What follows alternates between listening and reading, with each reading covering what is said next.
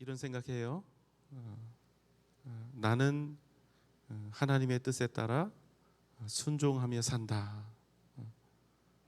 이렇게 자부하면서 살았는데 실상은 내 욕심대로 사는 경우가 있습니다.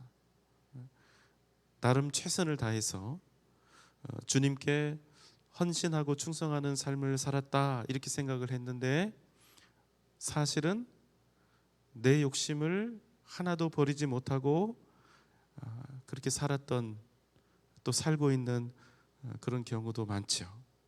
무슨 말씀입니까? 겉으로 보기에는 누가 보아도 믿음의 결단, 믿음의 행동, 대단한 헌신처럼 보이지만 그 실제 내용은 그 겉모습과 얼마든지 다를 수가 있다는 것입니다. 분명히 지금 내가 하고 있는 일이 주님의 일인데도 불구하고 얼마든지 그 일이 내 욕심과 욕망을 채우는 일이 될 수도 있다는 겁니다. 이런 거하고 마찬가지예요. 분명히 우리가 자식들을 사랑하죠. 그래서 그 자식들을 사랑으로 기르고 있어요. 최선의 노력을 다해서 사랑으로 기르고 있는데 그 안에 부모의 욕심과 탐욕이 들어갈 수가 있는 겁니다. 여러분 오해하지 마십시오. 믿음이 없다는 얘기가 아니에요. 또 믿음이 작다 이런 말씀도 아닙니다. 한번 생각해 보세요. 믿음 없이 어떻게 이 추운 밤에 금요 성령 집회에 나올 수 있습니까? 믿음이 없이 내 것을 어떻게 하나님께 드릴 수가 있어요? 믿음이 없이 내 시간을 내고 내 땀을 흘리면서 어떻게 희생을 하고 또 하나님을 위해서 봉사할 수 있겠습니까? 다만 주님의 일이라 할지라도 누구든지 얼마든지 내 욕심껏 내 욕심대로 내 욕심을 거기에 더할 수 있다 이런 말씀인 거예요. 여러분 무슨 말씀인지 이해하실 수 있을까요? 주님을 위해서, 교회를 위해서, 복음을 위해서 최선의 노력을 기울여 땀 흘리는 것은 정말 아름다운 일입니다. 할 수만 있다면 저는 여기 계신 우리 모든 성도님들이 지금보다 더 많이, 지금까지 여러분이 하셨던 것보다 더 많이 주님께 헌신하고 또 충성할 수 있는 그런 분들이 되시기를 바랍니다. 그러나 여러분, 우리가 주님과 교회를 위해서 더 많이 헌신하고 충성해야 하는 이유가 있습니다. 뭘까요? 그래야 우리가 진정 더 많은 복을 받고 누릴 수 있으니까 그렇습니까? 아니요, 그렇지 않습니다. 여러분 기억하세요. 우리가 주님의 일에 충성하는 것은 더 많은 복을 받기 위함이 아닙니다. 그럼 무엇입니까? 여러분 진정한 복이 무엇인 줄 아십니까? 내가 주님께 충성할 수 있는 것, 내가 하나님의 나라와 교회와 복음을 위해서 남들보다 더욱 헌신하고 수고할 수 있는 것, 그런 기회, 그런 힘과 재정과 열정이 나에게 허락된 것, 여러분 그것이 복 자체라는 그 사실을 깨닫는 것, 그것이 여러분 진정한 복이라는 사실입니다. 내가 더 많은 복을 얻고 누리기 위해서가 아니라 내가 지금 주님을 위해서 더욱 많이 땀 흘릴 수 있고 더욱 많이 수고할 수 있다는 그 사실 자체가 이미 내가 더 큰 복을 누리고 있음을 아는 것, 여러분 그게 진정한 복이라는 사실입니다. 무슨 말씀입니까? 복 받기 위해서 복이 될 만한, 복을 줄 만한 일을 하는 사람은 진정 복된 사람이 될 수 있다 없다? 없다는 거예요. 혹 이런 분들 계실지 모르겠습니다. 일 자체에 욕심을 내는 분들이 있어요. 교회는 여러분 정말 다양한 분들이 모여서 한 몸, 한 지체를 이루고 있지요. 우리 능력이 다 다릅니다. 이런저런 형편이 다 달라요. 어떤 사람은 능력이 클 수도 있고 작을 수도 있어요. 어떤 사람은 부유할 수도 있고 아닐 수도 있습니다. 경제적인 형편도 다 다르고 사회적인 지위도 다 다를 수가 있어요. 우리가 처한 가정 환경 역시 천차만별입니다. 그럼에도 불구하고 뭐예요? 우리는 한 몸이라는 거예요. 한 지체라는 것입니다. 여기서 여러분 우리가 우리의 공동체를 지체라고 부르고 있는데 그 지체의 의미는 무엇입니까? 그냥 단지 한 몸이다, 한 교회다 이런 뜻입니까? 아니요. 우리가 한 지체라는 말의 의미는 그렇게 단순하지가 않아요. 그럼 우리가 한 지체다 하는 말의 뜻은 무엇일까요? 누구 한두 사람의 역할이 커지고 누구 한두 사람의 목소리가 커지고 높아지고 누구 한두 사람이 교회 전체 이 모든 것들을 좌지우지하려고 하면 안 된다는 그런 뜻입니다. 왜요? 최소한 교회는 힘센 사람, 말 잘하는 사람, 사회에서 인정받는 사람, 부요한 사람, 풍요로운 사람이 지배하는 곳이 되어서는 안 된다는 거예요. 그래서 여러분 우리가 한 지체라는 말은 우리 중 그 누구도 빠짐없이 마지막 한 사람까지도 빠짐없이 크던 작던 각자의 역할을 소중히 다함으로써 한 몸을 이룬다, 이런 의미가 되는 겁니다. 그러니까 여러분 교회에서는 크고 작은 사람이 없어요. 다 중요한 거예요. 손가락 5개가 서로 잘났다고 싸워요. 엄지가 나는 최고다, 나는 힘이 제일 세다. 그러니까 검지가 뭐라고 합니까? 나는 일을 제일 많이 한다. 이것만 피면 안 되는데, 이 중지는 뭐라고 합니까? 중지는 내가 키가 제일 크다, 덤벼라. 그러니까 약지가 뭐라고 합니까? 너희들 가장 소중한 결혼 반지를 어디다 끼지? 그 새끼손가락이 아무리 생각을 해도 내세울 게 없는 거예요. 그래서 뭐라고 합니까? 니들 나 없으면 다 병신이야. 사실 여러분 웃기는 얘기지만요, 이게 100점짜리 명답입니다. 이게 100점짜리 명답이에요. 그냥 인간적인 시각으로 볼 때는 이게 무슨 소용이 있을까 싶어요. 그러나 얘가 있어야, 이 새끼손가락이 있어야 우리가 건강하고 정상적인 손을 갖게 된다는 거예요. 지체가 바로 이런 의미입니다. 누구 하나 소중하지 않은 사람이 없다는 거예요. 그래서 여러분 교회는요, 우리 모두가 있어야 교회가 되는 겁니다. 교회는 목소리 큰 사람, 정치력 좋고 말 잘하는 사람, 돈 많은 사람이 아니라 겸손히 자기 자리를 지키고 그 크든지 작든지 한 그 자리를 겸손히 하나의 중요한 공동체의 요소가 되어서 그 한 사람 한 사람이 만들어가는 교회여야 진짜 아름다운 교회가 된다는 것입니다. 여러분 아멘입니까? 다시 본론으로 돌아오면 우리는 최선을 다해 더 많이 헌신하고 봉사해야 합니다.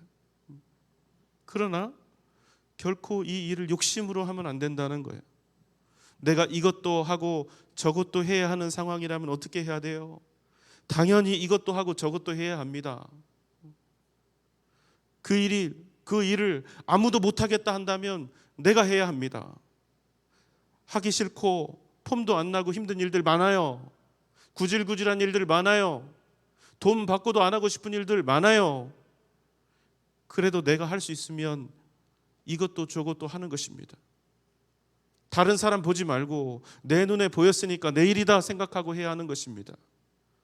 그게 지체의 사명이에요.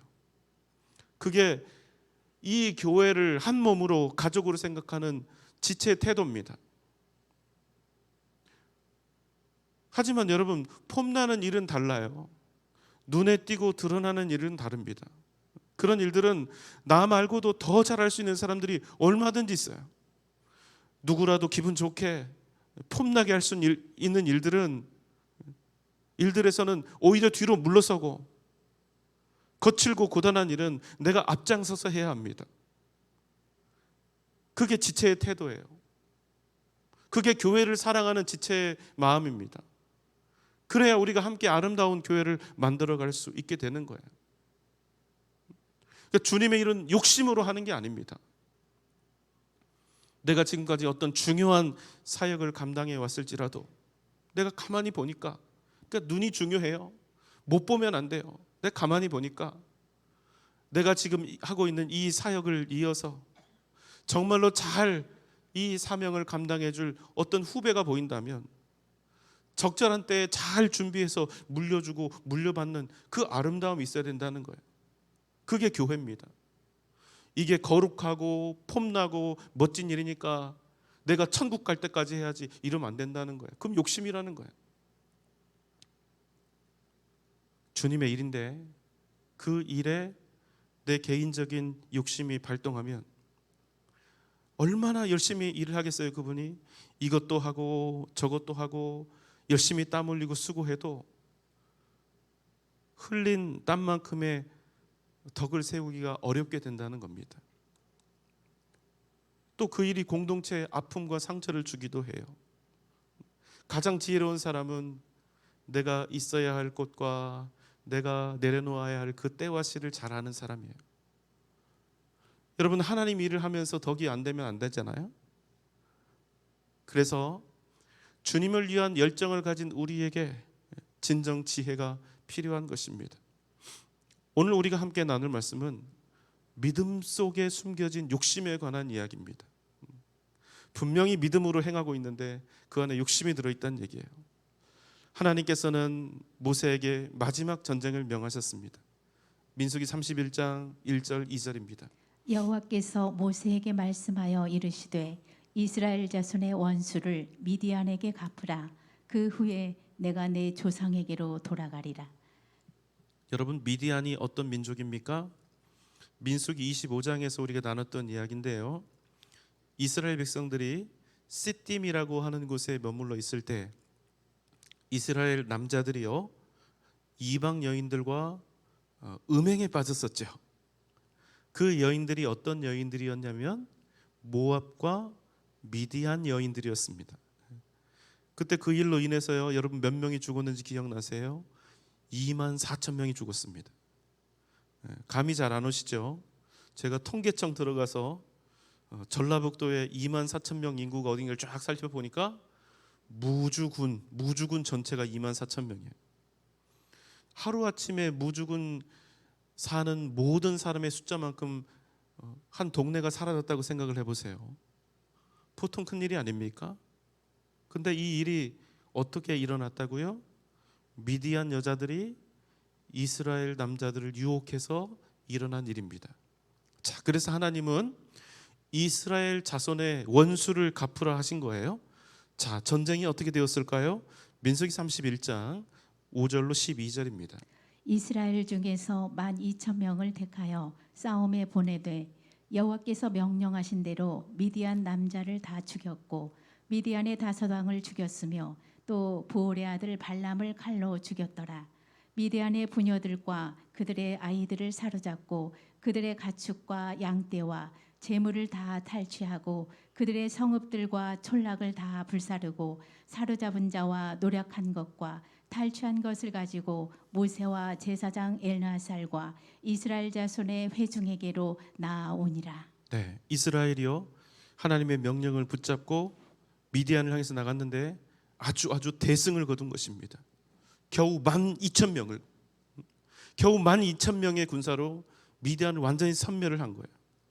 심지어는 그 땅에 5명의 왕이 있었는데 왕도 다 죽였습니다.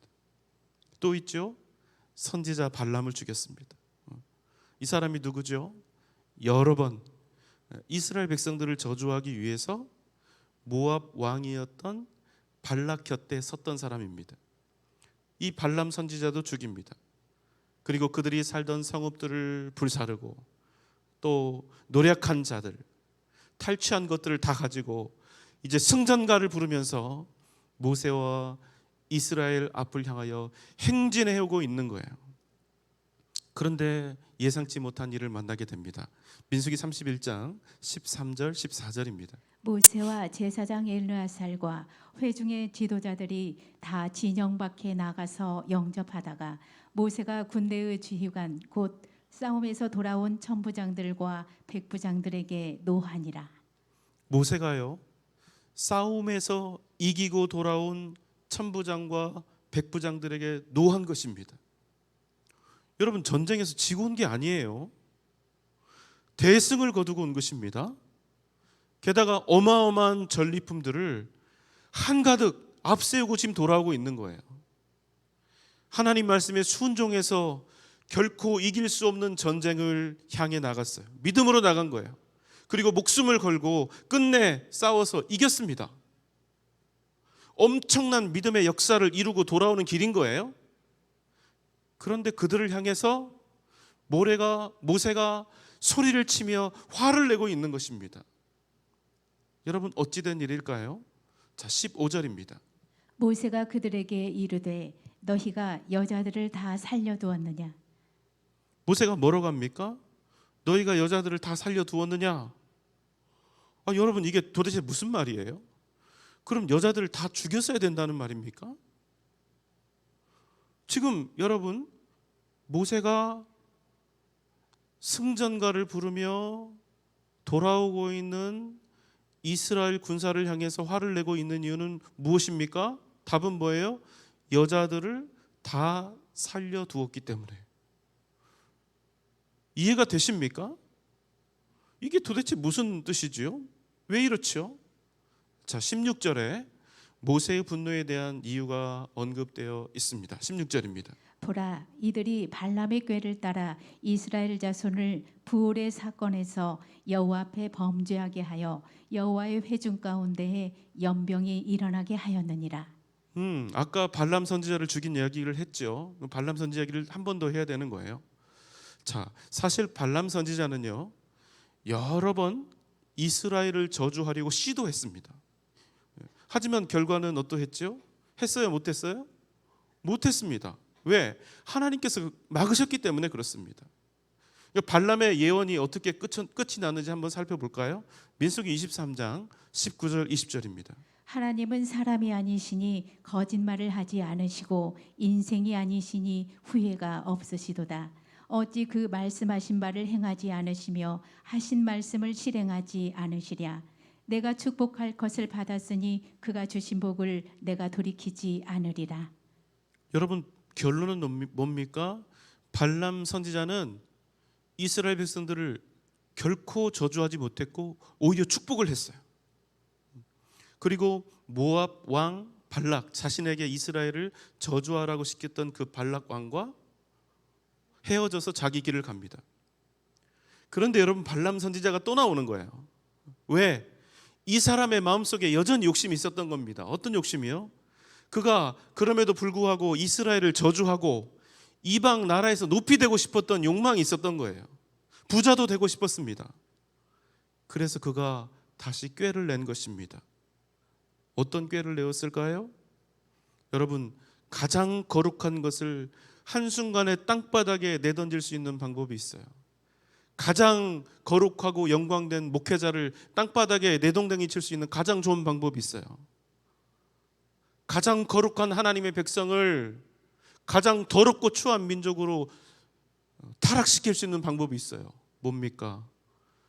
성적인 범죄, 성적인 타락을 하도록 만들 꾀를 발람 선지자가 낸 것입니다. 그래서 어떻게 합니까? 이스라엘 백성들이 시딤에 머물러 있을 때 모압과 미디안 중에서 가장 예쁘고 탐욕스러운 여인들을 이스라엘 남자들에게 보낸 거예요. 이스라엘 여자들 어떻습니까? 잘 씻지도 못해요. 땀 냄새 가득해요. 얼굴은 까매요. 옷도 누더기 같은 것 걸치고 살고 있죠. 그런데 이런 여자들만 40년간 보다가 꽃향기가 나는 여인들을 만나게 된 거예요. 꽃향기를. 얼굴에 분칠하고 거기다가 옷도 속살이 살짝살짝 드러나 보이는 그런 옷을 입고, 너무 상상은 하지 마세요. 입술에 미소를 띠면서 이스라엘 남자들에게 접근한 겁니다. 여러분, 그럼 남자들이 어떻게 되었을까요? 우리 형제님들 대답 잘 하셔야 돼요. 여러분, 이스라엘 남자들이 이 요망한 이방 여인들한테 홀라당 마음을 다 뺏겨버린 겁니다. 온 나라가 음행에 빠지기 시작한 거예요. 그래서 어떻게 됩니까? 비느하스가 창을 들고 타락한 이스라엘 남자와 미디안 여자를 대표로 찔러 죽일 때까지 무려 2만 4천 명이 연병으로 죽은 것입니다. 발람의 계략이 여러분 성공한 거예요. 성공한 겁니다. 그래서 지금 하나님이 이 전쟁, 누구와의 전쟁입니까? 미디안과의 전쟁을 명령한 것입니다. 너희들을 음란에 빠뜨리고 너희로 저주에 빠지게 한 미디안에게 복수하라는 거예요. 그런데 어떻게 했다고요?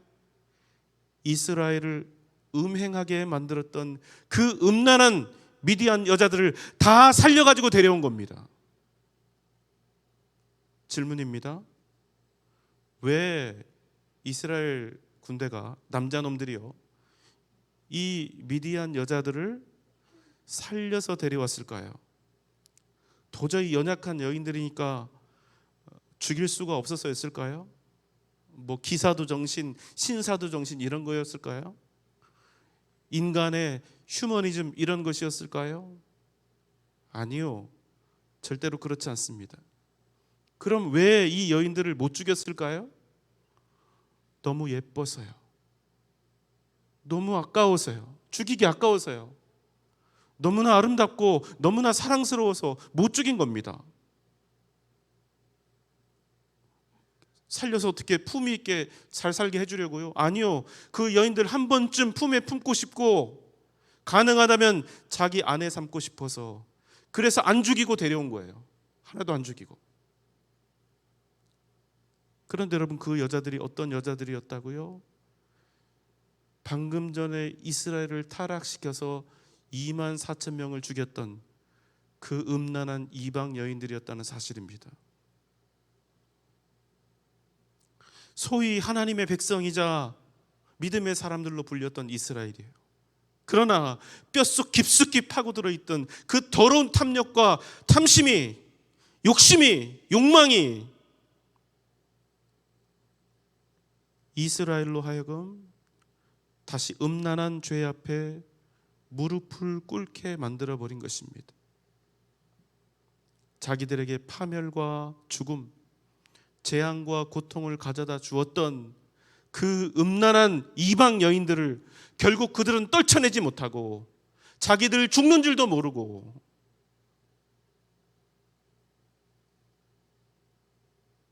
다시 그들을 음란하고 탐욕스러운 눈으로 그 여자들을 환대하고 있었다는 사실입니다.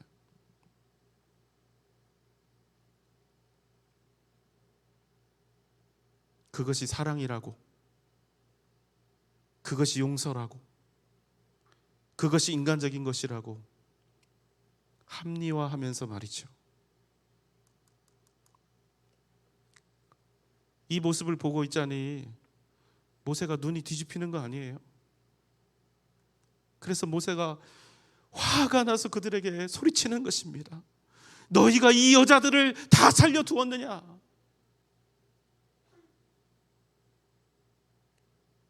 그들이 미디안을 향해서 나갔던 전쟁은 믿음으로 나갔던 전쟁이었어요. 그리고 믿음으로 승리한 전쟁입니다. 그 무엇 하나 믿음이 아니었던 일이 없어요. 하나님의 영광을 위해서 하나님의 말씀을 따라서 싸우고 또 싸웠습니다. 그리고 마침내 승리했죠. 잘했어요. 그런데 결국 그들은 그 전쟁을 통하여 자신들의 욕망을 채우려 했다는 사실입니다. 여러분 기억하십시오. 우리가 하나님의 일들을 감당하잖아요. 그러나 그 거룩하고 영광된 하나님의 일에 인간적인 욕심, 악한 욕망이 들어가면 더 이상 그 일은 하나님의 영광을 이루지 못한다는 사실입니다. 더 직설적으로 표현하면 일은 일대로 해놓고 땀은 땀대로 다 흘려놓고 망한 거예요. 망친 겁니다. 이것이 하나님의 영광을 위한 일이었다고 아무리 외쳐도, 아무로 겉으로 보기에 주님의 일처럼 보였어도 다 망친 거예요. 주님의 일은 욕심으로 하는 게 아니에요. 주님의 일은 낮아짐으로 하는 겁니다. 여러분 잊지 마십시오. 믿음처럼 보이는 일, 거룩하게 보이는 그 일에도 얼마든지 우리의 욕심이 들어갈 수 있다는 사실입니다. 이스라엘이 이방 족속들과 치러야 했던 전쟁, 그 모든 순간들은 기적 없이는 전혀 불가능한 일이었어요. 이게 무슨 말일까요? 이런 믿음으로 나가야 했다는 거예요. 우리는 저들과 도저히 상대가 되지 않는다. 그러나 하나님께서 오늘 우리에게 기적을 베풀어 주실 것이다. 하나님께서 무기도 없고 병력도 없고 성도 없고 전차도 없고 전술도 없는 우합지졸과 같은 우리 이스라엘로 저 강력한 이방 민족들과 군대를 이기게 하시리라. 여러분, 이 믿음이 없이는 절대로 나아갈 수 없는 전쟁이었다는 말입니다. 왜요? 객관적으로 질게 뻔한 전쟁이었으니까. 그런데 어떻게 되었습니까? 이렇게 위대한 믿음으로 시작했던 이 일을 더러운 욕심으로 다 망쳐버렸다는 것입니다. 여러분 한번 마음속으로 답해 보시지요. 하나님께서 이스라엘에게 바라셨던 가장 궁극적인 그 소망은 무엇이었을까요?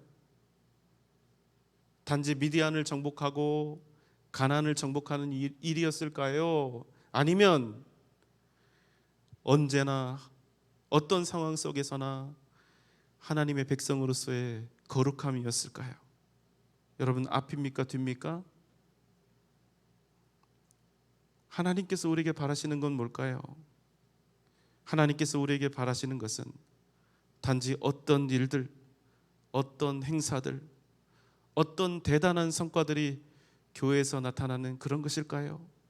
아니면 우리가 더욱 하나님 앞에서 정결하고 깨끗하게 하나님의 백성다운 믿음의 사람들로 굳건하게 서 있는 것일까요? 여러분, 앞입니까 뒤입니까?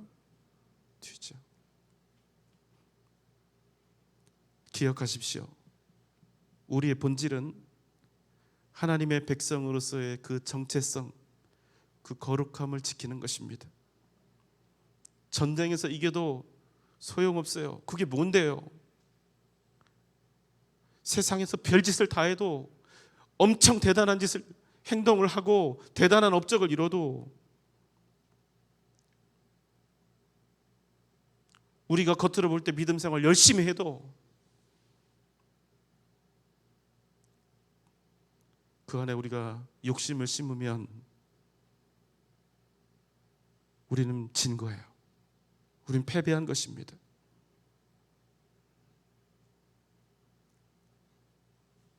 그러나 우리가 세상에서 진 것처럼 보이고 우리가 망한 것처럼 보여도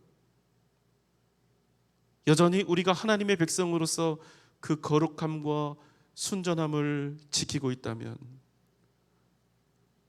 우린 여러분 결코 진 것이 아닙니다. 우리는 여전히 승리를 향해 나아가고 있는 거예요. 여러분 믿습니까? 이것이 우리 성도와 교회의 궁극적인 목적이에요. 이스라엘 백성들은 미디안 여인들을 이스라엘 공동체에서 반드시 제거해야 했습니다. 하지만 그들은 너무 예뻤어요. 아름다웠습니다. 꽃향기가 났어요. 게다가 힘없는 여인들이었습니다. 가냘픈 여인들이에요. 그저 생각해보면 이방인들의 자녀로 태어나서 그 땅에서 산 죄밖에 없는 것 같아요. 그런데 모세가 소리치고 있죠. 이 여인들을 살려서 데려왔더냐. 뭇 사람들은 그 여인들을 죽이라 했던 모세를 향해서 잔인하다 말했을 것입니다. 그에게 하나님의 사랑이 없다 했을 것입니다. 당신은 비인격적이고 하나님의 백성답지 못한 그런 일을 하는 지도자라 했을 것입니다. 지도자로서 덕도 없고 사랑도 없다고 비난했을 것입니다. 이런 집단은 교회도 아니라고 했을 것입니다.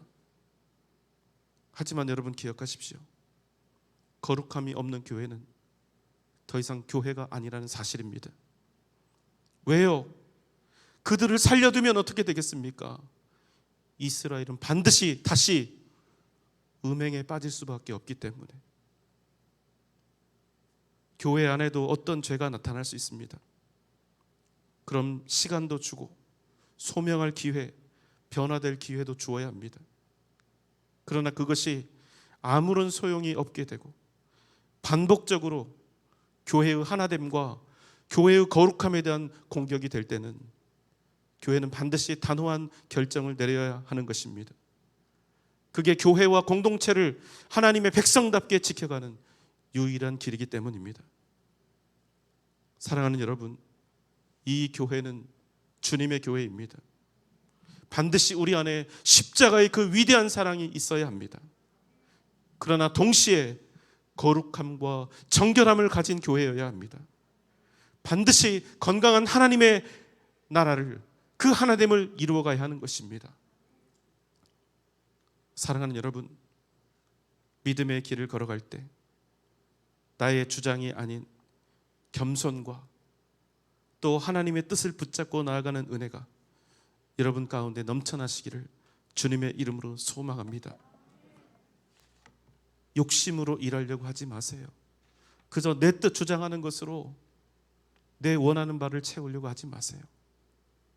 오늘 이 자리에는 특별히 이제 내일 장로로, 안수 집사로, 권사로 임직받는 귀한 우리의 종들이 나와 있습니다.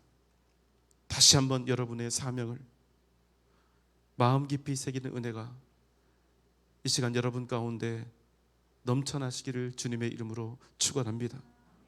나를 통해서 모든 성도들이 함께 더불어 헌신하고 충성할 수 있는 그런 교회를 만들어 가시는 여러분이 되시기를 소망합니다. 사랑이 넘치는 교회, 그러나 거룩함과 질서가 바로 서 있는 교회, 그래서 오직 하나님의 뜻만을 하나된 마음으로 이루어가는 교회, 그런 교회 함께 만들어가는 저와 여러분, 그리고 내일 임직 받으시는 귀한 종들 되시기를 주님의 이름으로 축원합니다.